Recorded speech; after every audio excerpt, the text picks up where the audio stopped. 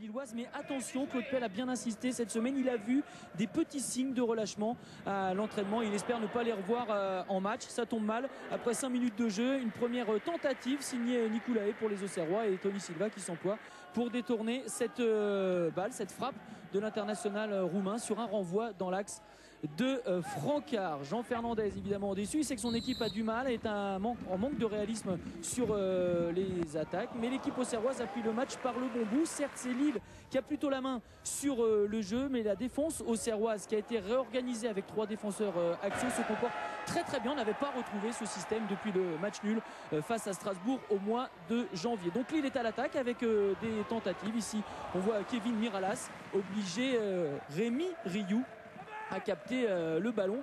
Il y a peu d'occasions dans cette première période, mais ça reste un match très intéressant parce qu'il y a une très bonne organisation des deux côtés avec des tentatives de part et d'autre et avec ici une possibilité pour Lichtsteiner qui bute encore sur Rémi Rioux qu'on aura l'occasion de revoir dans cette partie. Il a réalisé un très grand match aujourd'hui. Les Auxerrois qui vont répondre avec Chafny au départ. Jaurès qui tente de déposer ce ballon dans la surface de réparation. C'est mal renvoyé par la défense lilloise.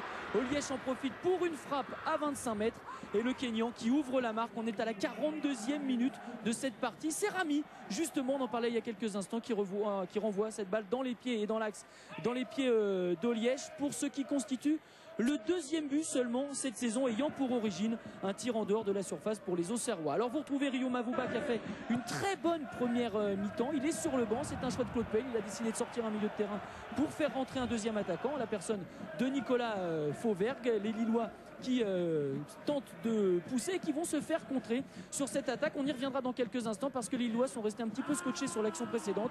Les Auxerrois en profitent avec ce ballon donné par Chafny pour Nicolae dans un style assez peu académique, c'est vrai, mais le résultat est là. Ça fait 2-0 pour les Auxerrois. On est à peine à l'heure de jeu dans cette partie.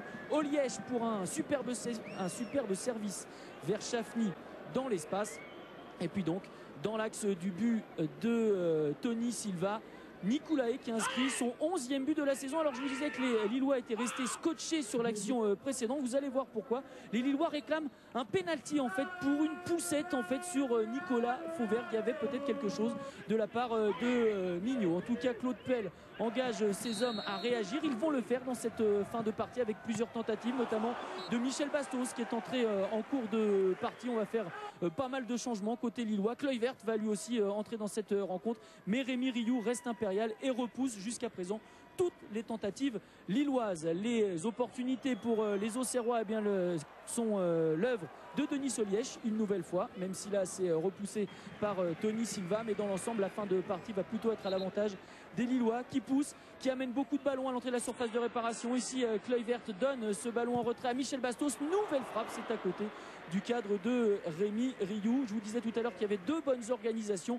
Auxerre va parfaitement tenir cette fin de rencontre, mais s'expose quand même à des tirs, à des coups de pied arrêtés, comme ici ce corner avec cette récupération de Francard qui adresse le ballon à Fauvergue. Fauvergue s'écroule, mais la frappe est signée Jean Macoun. Une nouvelle fois Rémi Rioux qui repousse. On reste sur ce score de 2-0 en faveur des Auxerrois qui mettent un terme à une série de 4 matchs sans victoire des Auxerrois, à l'image d'un Samy Traoré qui sont conscients que ce résultat est bon mais qu'il faudra rester vigilant jusqu'à la fin.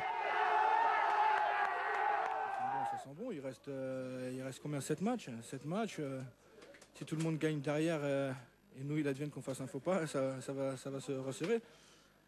Maintenant il va y avoir des confrontations directes, donc à nous de savoir ce qu'on veut.